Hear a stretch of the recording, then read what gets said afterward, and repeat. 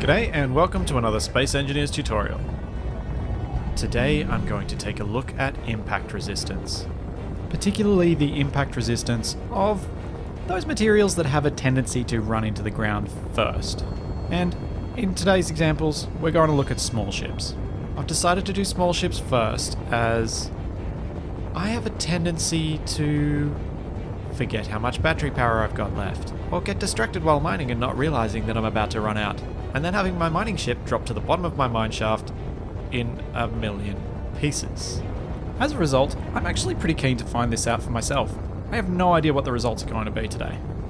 I really want to know what might be worth putting on the bottom of my ships so that they can be a bit more survivable when I do stupid things like flying in too hot on return from a mining trip, forgetting how long it takes me to brake when I'm coming into my base, and ending up pancaking against my landing platform. I'd really like to know what might be useful to set up on the bottom of my ships to prevent that sort of stupidity. And believe me, that stupidity happens a lot. I don't know how many ships I have lost through thinking, oh yeah, I can brake in 200 meters, and it actually takes about 6. Okay, phew. Almost crashed the talisman. Alright, this rig in front of us, that's our testing rig for impact resistance. Lots of small ships, set up at different heights, all ready to fall and blow up. The core of each of the ships is identical, and we have a selection of platforms. The platforms are set up at 2.5 meters, 10 meters, 20 meters, 30 meters, 40 meters, and 50 meters. This will allow us to drop the ships reliably from the same height as each other, as well as allowing us to drop them squarely onto whatever we've stuck on the bottom. This is good because it means they all hit the same way. Each ship starts with the same core. It's called the drop bear. There'll be a link to the Australian Museum to see what they're about. It's just a basic little ship. It's got a cockpit, it's got some batteries, it's got some reactors, it's got a gyro, and it's got a few atmospheric thrusters for each direction. This makes it very light. It's just under 10,000 kilograms. So that's not much force being applied to these armor blocks, so we may have to drop them from a fair height before we start seeing much carnage. With each of these ships, we have light armor blocks, and they're set up this way to roughly match the outline of landing gear. Since landing gear are the most common thing for us to end up smashing into the ground, I thought I'd try and do my best to match each of the impact materials to the profile of landing gear. So we have light armor, we have landing gear, we have heavy armor, we have blast doors, connectors, because yeah, that's another thing you're going to run into. Wheels, these could end up being interesting. Smaller wheels, and then wheels on suspension. I did do some brief testing with suspension setups to try and get something that would be at least somewhat functional. Hopefully this will make it a reliable testing rig, and maybe it'll even survive a few bumps and bruises as we drop it from higher and higher and higher. Who knows, if I've done my job well, it might even win this little contest. What this test has shown me though is that it could be very interesting to go through and figure out exactly what wheel setups might allow us to jump off a building, or jump off a cliff, or jump off a hill with a wheeled vehicle and survive the best way we can. But that's for another time. Let's start with the testing. First up, light armor from 2 meters, and it survives no problem. Then we've got our landing gear from 2.5 meters. Reactors off, and no damage. At just 2.5 meters above the ground, it's probably reasonable to expect that all of these materials are going to survive completely intact. Still, that's handy information to have. It means if we can keep our mining vessels close to the floor whenever we're mining, there's a better chance that we won't die and blow up, which is kind of a thing I've been known to do with my mining vessels. You can see why we survive from only 2.5 meters up. Each of these ships barely reaches 6 meters per second before it hits the ground. So we could assume that all of these materials have at least a 6 meter per second impact resistance. that could be useful when we go to test these things in the future, going at speeds before we hit things. Last but definitely not least, we have our wheeled vehicle. It has a few strange handling characteristics when it's hovering. I think that's the effect of the wheels adjusting the center of mass. Or it could just be space engineers, who knows? Either way, it survives. Well, that was all a bit dull. I really wanted to see something break. Let's take it up to 10 meters. That might be enough. At least it might knock out one of these. Let's see. Something good might happen, so let's switch over to Spectator Cam for this one. With our Spectator Cam set up, we can bring our light armor down. And away we go. Go up to about 13 meters per second, and still survived without any problems. Let's try our landing gear. Also, survival without any issues.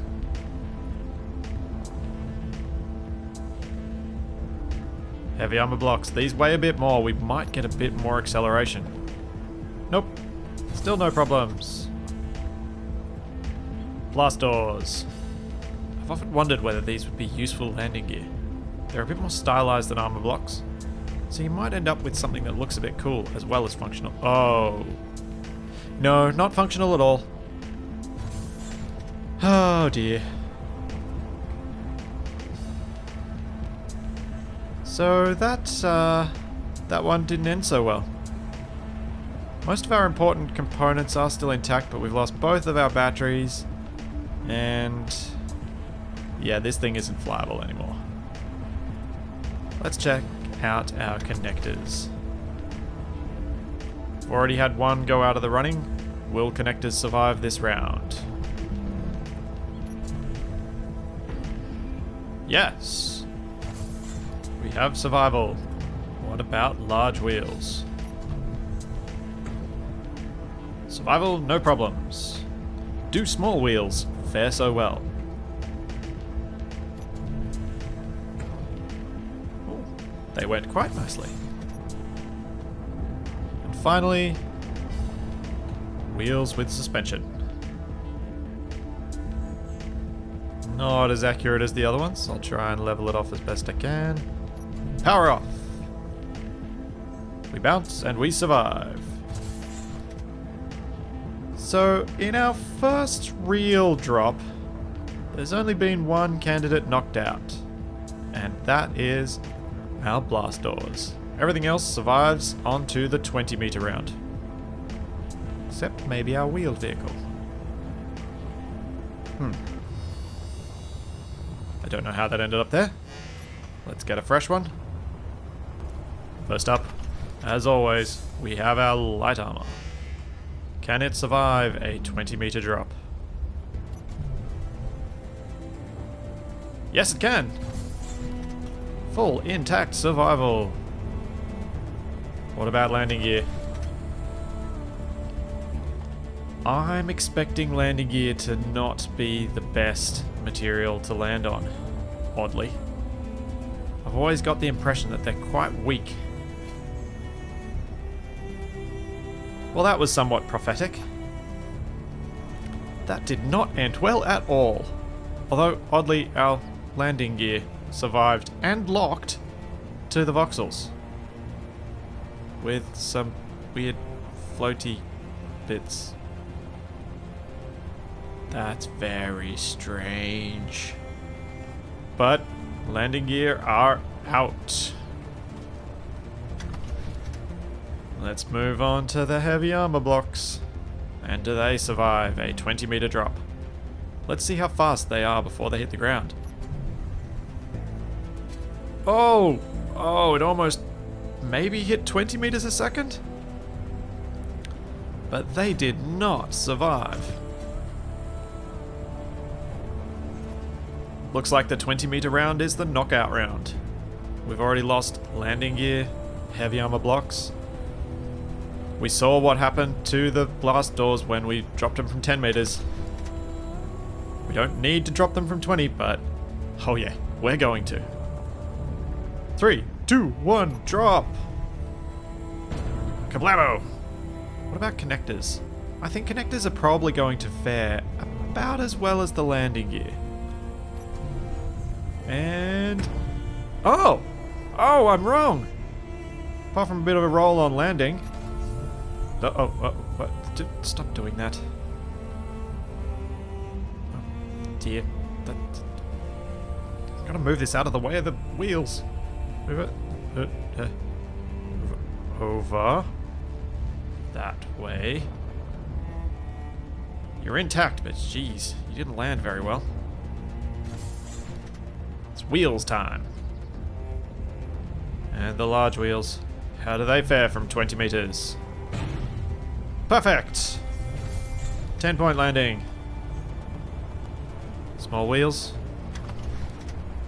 Come on, small wheels. Show the big wheels how it's done.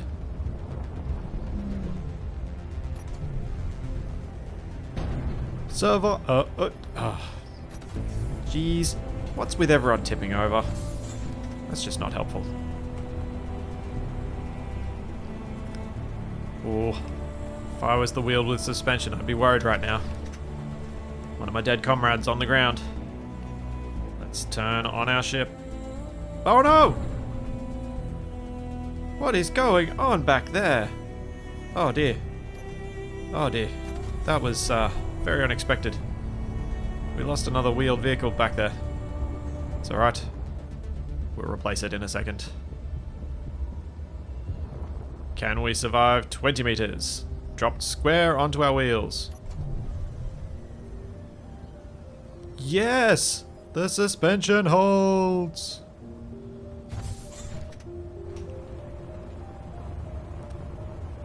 So, from 20 meters, our wheels have worked.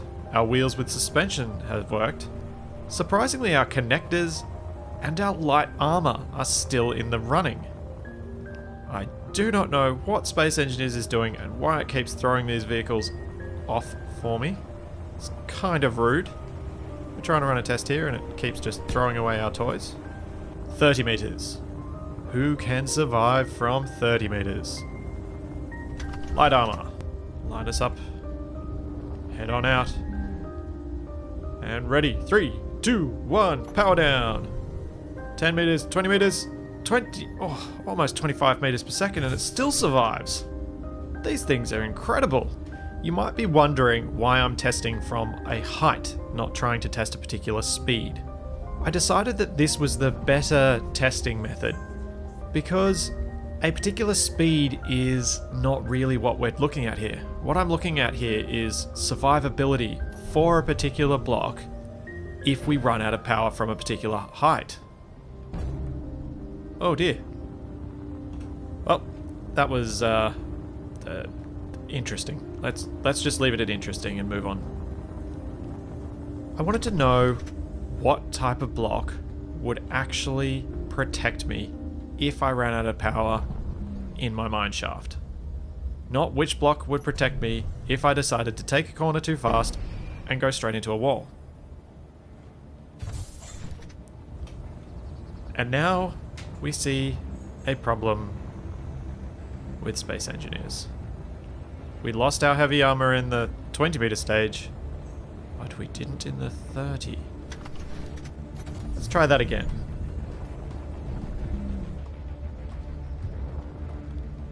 Set her up. See if it can survive twice. If it can survive twice, it can be back in the running. And 3, 2, 1. Can you survive heavy armor? No. No, you can't.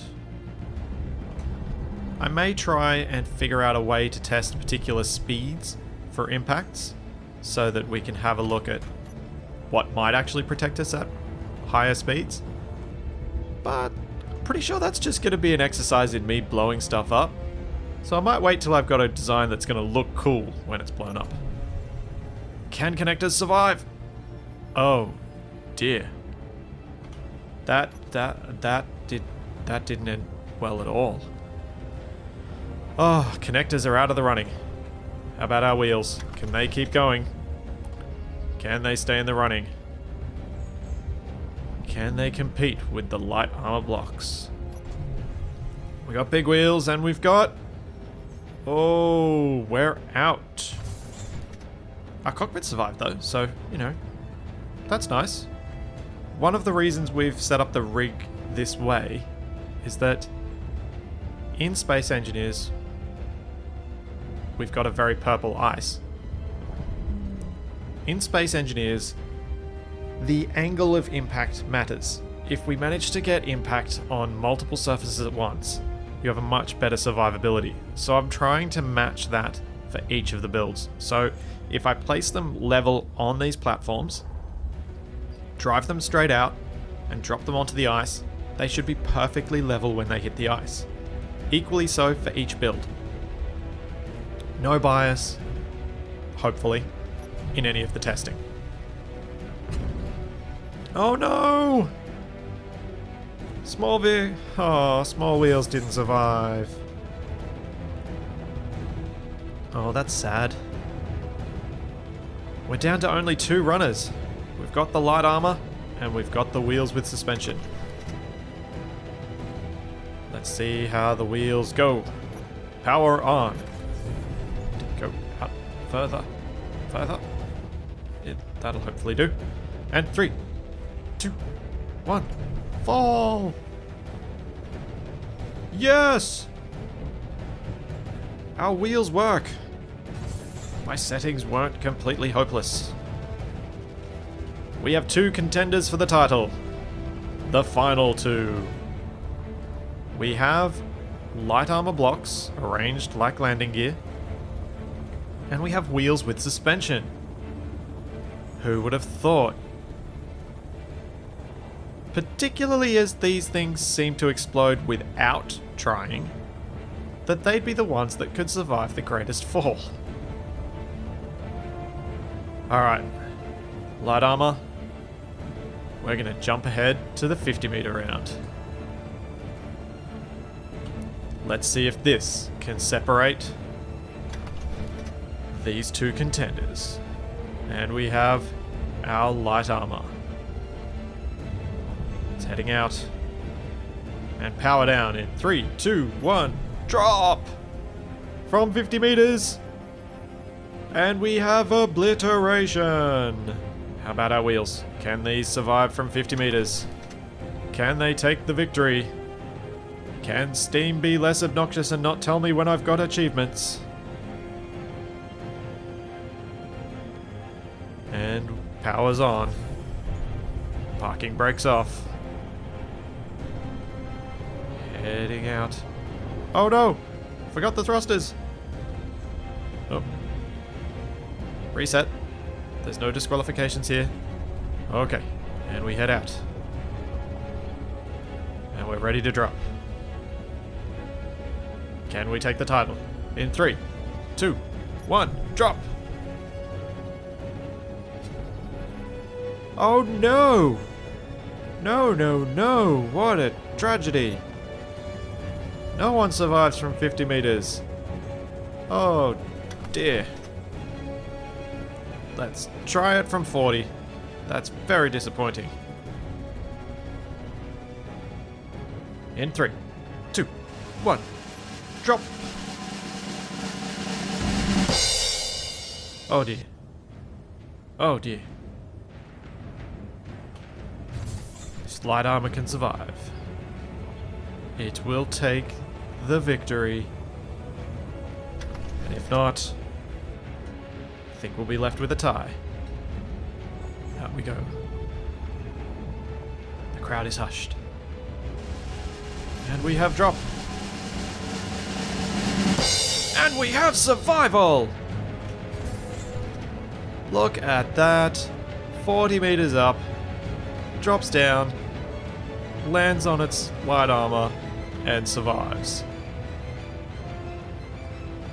You might be looking at these tests and thinking, well, that didn't seem very reliable. And you're right! Space Engineers isn't. However, I did test these each multiple times, and as it turns out, light armor was the most reliable performer. If you manage to land on a few light armor blocks at once, it survives better than everything else if it's from a dead drop. My best guess is that it's a combination of the light weight of the material, so it doesn't actually apply as much force as a heavier material, as well as some odd behavior in the deformation of those blocks. Surprisingly, the wheels actually ended up being one of the best materials as well, and the wheels with the suspension even better still. So what did we learn from this? We learnt 1. I'm a terrible pilot. 2. It's kind of fun to blow stuff up on ice. And 3. If you want to survive from a dead drop, don't bother with landing gear. Don't bother with connectors. Don't bother with heavy armor. Light armor,